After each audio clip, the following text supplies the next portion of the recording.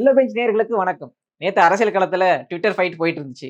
இப்பலாம் அரசியல்வாதிங்க தேர்தல் களத்துல ஃபைட் போடுறாங்களோ இல்லையோ, ட்விட்டர் களத்துல கரெக்ட்டா ஃபைட்க்கு வந்துடுறாங்க. நேத்து 2 முக்கியமான ஹேஷ்டேக் வந்து ட்ரெண்ட்ல இருந்துச்சு. அது என்னன்னா, ஒண்ணு பால்டாயில் பாபு, இன்னொன்னு வந்து get out Modi. Get out Modi அப்படின்ற ட்வீட்ட பார்த்து ரொம்ப ட்ரிகர் ஆன பிஜேபி ஆட்கள் என்ன சொன்னாங்கன்னா, நாளைக்கு நாங்க ஒரு ட்வீட்ட போட்டு ட்ரெண்ட் பண்ண போறோம் அப்படின்னு பேசிட்டு இருந்தாங்க. அந்த சூழல்ல தான் பாஜகவோட மாநில தலைவர் அண்ணாமலை என்ன சொன்னார்ன்னா, இன்னைக்கு எவ்வளோ ட்வீட் வேணாலும் கெட் அவுட் மோடின்னு போட்டுக்க. நாளைக்கு நான் ஒரு ட்வீட்ட போட போறேன். அதுதான் நாளைக்கு பேசுபடு பொருளா மாறும் அப்படின்னு சொன்னாரு. அண்ணாமலை சொன்ன மாரி என்ன செஞ்சாருன்னா, காலையில முக்கியமான ஒரு ட்வீட் போட்டாரு. அந்த ட்வீட் என்னன்னா, "அன்னை தமிழ் வாழ்க! போலி மொழி அரசியல் ஒழிக!" அப்படின்ற ஒரு முக்கியமான ட்வீட்ட போட்டாரு.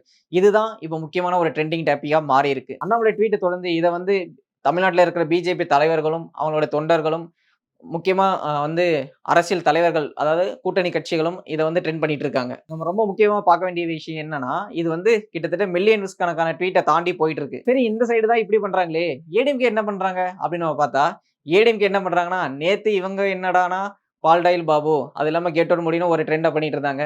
இன்னைக்கு கெட் அவுட் ஸ்டாலின்னு ஒரு ட்ரெண்ட் பண்ணிட்டு இருக்காங்க. அப்படின்னு பார்த்தவங்க, இது என்னடா இந்த 2 கட்சிக்கும் வந்த பரிதாப நிலை அப்படின்னு சொல்லிட்டு ஏடிஎம்கே என்ன பண்ணாங்கன்னா, டேக் வார் பரிதாபங்கள் அப்படின்னு சொல்லிட்டு அவங்க ஒரு டேக்க வந்து ட்ரெண்ட் பண்ண ஆரம்பிச்சுட்டாங்க. இதனால எனக்கு ஏகப்பட்ட பப்ளிசிட்டி.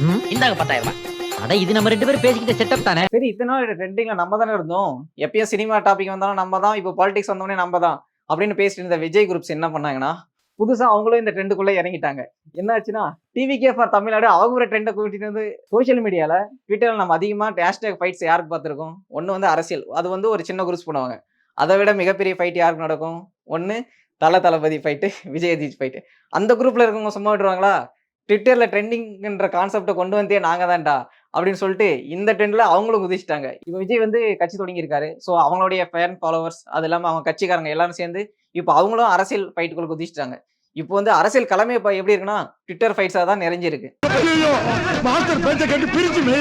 இந்த மாரி தேவையில்லாத ஒரு ட்விட்டர் ஃபைட் போயிட்டு இருக்கும்போது ஒரு முக்கியமான ஒரு ட்வீட் பார்த்தேன். அது யாரோட ட்வீட்னா, கார்த்திக் சிதம்பரம் ஒரு ட்வீட் போட்டிருந்தாரு. என்னன்னா, இந்த டேக் வார்ஸ் எல்லாமே ஒரு சில்லியான ஃபைட். ஒரு அரசியல்ல ஒரு முதிர்ச்சியற்ற ஒரு ஃபைட்ட போட்டுட்டு இருக்காங்க. இந்த ஏடிஎம்கே, டிஎம்கே, டிவிகே, இப்ப நாம் தமிழர். ரீசென்ட்டா இப்ப வரதுக்கு முன்னாடி தான் இந்த ட்விட்டருக்குள்ள சரி ட்ரெண்டிங் வந்துட்டாங்க. இப்ப ட்ரெண்டிங்ல பார்த்தா கெட் அவுட் மோடிக்கு மேல வந்து டிவிகே ஃபார் தமிழ்நாடு இருக்கு. சரி ட்ரெண்டிங்ல வந்து வீடியோ பண்றதுக்கு முன்னாடி என்ன ட்ரெண்டிங்ல இருக்கு அப்படின்னு சொல்லிட்டு உள்ள போய் பார்க்கலாம்னு பார்த்தா, டிவிகே ஃபார் தமிழ்நாடுன்றது டாப்க்கு வந்துருச்சு. மீம் டெபிட்ல ஒரு முக்கியமான காமெடி இருக்கு. அது என்னன்னா, இங்க ஒரு பஸ் இருக்கும். இந்த சைடு ஒரு பஸ் இருக்கும். இந்த 2 பஸ்லயும் வந்து யார் ஃபர்ஸ்ட் போறாங்க அப்படின்னு சொல்லிட்டு சண்டை போட்டுட்டு இருப்பாய்ங்க. அந்த விதத்துல சென்டர்ல பக்கம் போயிட்டே இருக்கும்போது சென்டர்ல ஒரு பஸ் வந்து அவங்கள தாண்டிட்டு போகும். அந்த இடத்துல என்னன்னா, get out Modi and Stalin அப்படின்ற ஒரு ஹேஷ்டேக் வந்து இப்ப ட்ரெண்ட் ஆயிருச்சு. என்னன்னா, நீங்களும் வேணாம், இவங்களும் வேணாம் அப்படின்ற ஒரு முக்கியமான ட்ரெண்டுக்கு இப்ப வந்து வந்திருக்காங்க மக்கள். என்ன ஆச்சுன்னா, இப்போ வந்து ஒரு முக்கியமான பப்ளிசிட்டி பைத்தியங்களா ஆயிட்டாங்களோ அப்படின்ற ஒரு கான்செப்ட்டுக்குள்ள மக்கள் வந்து பேச ஆரம்பிச்சுட்டாங்க. இவங்க என்னடான்னா கெட் அவுட் மோடி அப்படின்னு சொல்றாங்க. இவங்க என்னடா கெட் அவுட் ஸ்டாலின் சொல்றாங்க. இதுல ரொம்ப முக்கியமா நம்ம பார்க்க வேண்டிய விஷயம் என்னன்னா, இந்த ஃபைட் ஆரம்பிக்கிறதுக்கு முக்கியமான காரணம் வந்து மொழியும், ஒரு ஸ்டேட்டுக்கு வந்து ஃபண்ட் வரல அப்படின்றது. இத தாண்டி இவங்க எங்க போயிட்டாங்கன்னா, இவங்க தலைவர வந்து பர்சனலா அட்டாக் பண்ண இந்த குரூப் போயிட்டாங்க. அந்த தலைவர அட்டாக் பண்ண அங்க போயிட்டாங்க.